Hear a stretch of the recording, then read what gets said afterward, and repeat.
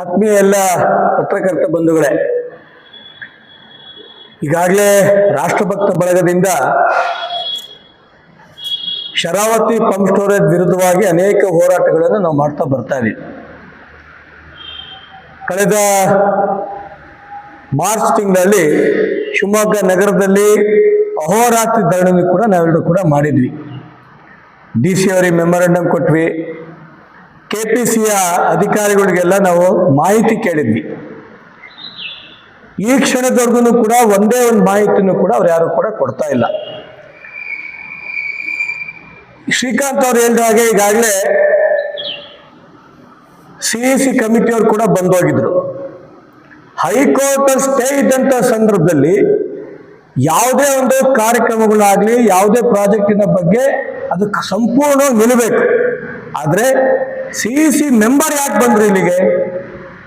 ಅನೌಪಚಾರಿಕವಾಗಿ ಬಂದ್ರೋ ಅಥವಾ ಔಪಚಾರಿಕವಾಗಿ ಬಂದ್ರೋ ಅದು ಬೇರೆ ಪ್ರಶ್ನೆ. ಆದರೆ ಹೈಕೋರ್ಟ್ ಸ್ಟೇ ಇದ್ದಂಥ ಸಂದರ್ಭದಲ್ಲಿ ಅವ್ರು ಬರೋಂಥ ಅವಶ್ಯಕತೆ ಇರಲಿಲ್ಲ.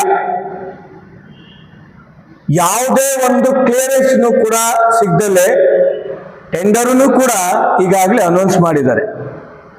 ಮೆಗಾ ಇಂಜಿನಿಯರಿಂಗ್ ಅನ್ನಂತ ಸಂಸ್ಥೆ ಈಗಾಗಲೇ ಆ ಟೆಂಡರ್ ಕೂಡ ಆಗಿದೆ. ಕಳೆದ ಬಾರಿ ಬಜೆಟ್ ಅಲ್ಲಿ ಇದಕ್ಕೆ 3,800 ಕೋಟಿ ರೂಪಾಯಿ ಇಟ್ಟಿದ್ರು. ಆದ್ರೆ ಮೊನ್ನೆ ಟೆಂಡರ್ ಅಲ್ಲಿ ಮೊನ್ನೆ ಬಜೆಟ್ ಅಲ್ಲಿ ಆಗಲೇ 10,000 ಕೋಟಿ ಈಗಾಗಲೇ ಆಗಿದೆ.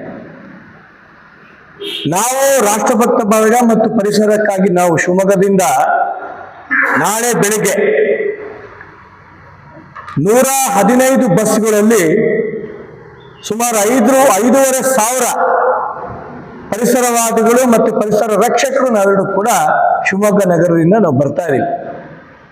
ಶಿವಮೊಗ್ಗ ನಗರದಲ್ಲಿ ಬೆಕ್ಕಿನ ಕಲ್ಮಠದ ಗುರುಗಳು, ತಾವರೆಕೆರೆಯ ಸ್ವಾಮೀಜಿಗಳು, ಬಿಳಿಕಿಯ ಸ್ವಾಮೀಜಿಗಳು ಮತ್ತು ಆದಿಚುಂಚನಗಿರಿಯ ನಾದಮಯಾನಂದ ಸ್ವಾಮೀಜಿಗಳ ನೇತೃತ್ವದಲ್ಲಿ ಫ್ರೀಡಂ ಪಾರ್ಕ್, ಅಲ್ಲಮ್ಮ ಪ್ರಭು ಫ್ರೀಡಂ ಪಾರ್ಕ್ ಇದೆ, ಅಲ್ಲಿಂದ ನಮ್ಮ ಈ ಒಂದು ಹೋರಾಟ ಚಾಲನೆ ಆಗ್ತಿದೆ. ಈ ಎಲ್ಲ ಪರಮ ಪೂಜ್ಯರು ನಾಳೆ ಈ ಇಡೀ ತಂಡದ ನೇತೃತ್ವ ವಹಿಸಿರ್ತಕ್ಕಂಥ ಮಾಜಿ ಉಪಮುಖ್ಯಮಂತ್ರಿಗಳಂತ ಈಶ್ವರಪ್ಪನವರ ಕೈಗೆ ಒಂದು ಧ್ವಜವನ್ನು ಕೊಡ್ತಾ ಇದ್ದಾರೆ. ಆ ಮೂಲಕ ನಾವೆಲ್ಲರೂ ಕೂಡ ಬೆಳಿಗ್ಗೆ ಸಾಗರದ ಗಾಂಧಿ ವೃತ್ತದಲ್ಲಿ 5,500ಕ್ಕೂ ಹೆಚ್ಚು ಜನರು ನಾವೆಲ್ಲರೂ ಕೂಡ ಸಾಗರದ ಅನೇಕ ಪರಿಸರವಾದಿಗಳು ಕೂಡ ನಮಗೆ ಸಹಕಾರ ಕೊಡ್ತಾ ಇದ್ದಾರೆ. ಪರಮ ಪೂಜ್ಯ ಬಂಗಾರಮಕ್ಕಿ ಗುರುಗಳು ಈಗಾಗಲೇ ಈ ಒಂದು ಶರಾವತಿ ಪಂಪ್ ಸ್ಟೋರೇಜ್ ಪ್ರಾಜೆಕ್ಟ್ ಏನಾದ್ರು ಪ್ರಾರಂಭ ಆಗ್ಬೇಕು, ನನ್ನ ಹೆಣದ ಮೇಲೆ ಆಗ್ಬೇಕು ಅನ್ನಂತ ಮಾತನ್ನು ಕೂಡ ಅವ್ರು ಹೇಳಿದ್ದಾರೆ.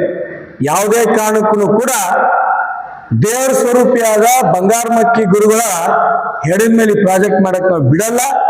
ಅಕಸ್ಮಾತ್ ಆ ರೀತಿ ಏನಾದ್ರು ಆಯ್ತು ಅಂದ್ರೆ ಮೊದಲನೇದಾಗಿ ನಮ್ಮೆಲ್ಲರ ಹೆಣಗಳು ಹೂಡಿದ ನಂತರ ಆ ಒಂದು ಪ್ರಾಜೆಕ್ಟ್ ಆಗ್ಲಿ ಅಂತ ನಾವೆಲ್ಲರೂ ಕೂಡ ಒಂದು ಸಹಮತ ವ್ಯಕ್ತಪಡಿಸಿದ್ದೀವಿ. ಗಾಂಧಿ ವೃತ್ತದಲ್ಲಿ ಸುಮಾರು 10 ಕಾಲಷ್ಟೊತ್ತಿಗೆ ಪರಮ ಪೂಜ್ಯ ಮಾರುತಿ ಗುರುಜಿಯವರು ಗಾಂಧಿ ವೃತ್ತದಲ್ಲಿ ಪರಮ ಪೂಜ್ಯ ಬಂಗಾರಮಕ್ಕಿ ಗುರುಜಿಯವರು ಮಾತಾಡ್ತಾರೆ.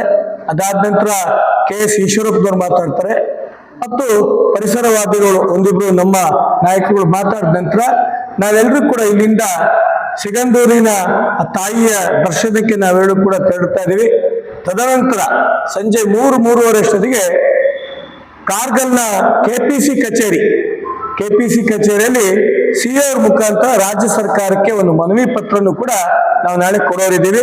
ಹಾಗಾಗಿ ನಾಳೆ ತಾವೆಲ್ಲರೂ ಕೂಡ ನಮಗೆ ಸಂಪೂರ್ಣವಾದಂತ ಸಹಕಾರ ತಾವು ಕೊಡಬೇಕು ಅಂತ ಈ ಒಂದು ಪತ್ರಿಕಾಗೋಷ್ಠಿ ಮುಖಾಂತರ ನಾನು ಕೇಳ್ಕೊಳಕ್ಕೆ ಇಷ್ಟಪಡ್ತೇನೆ.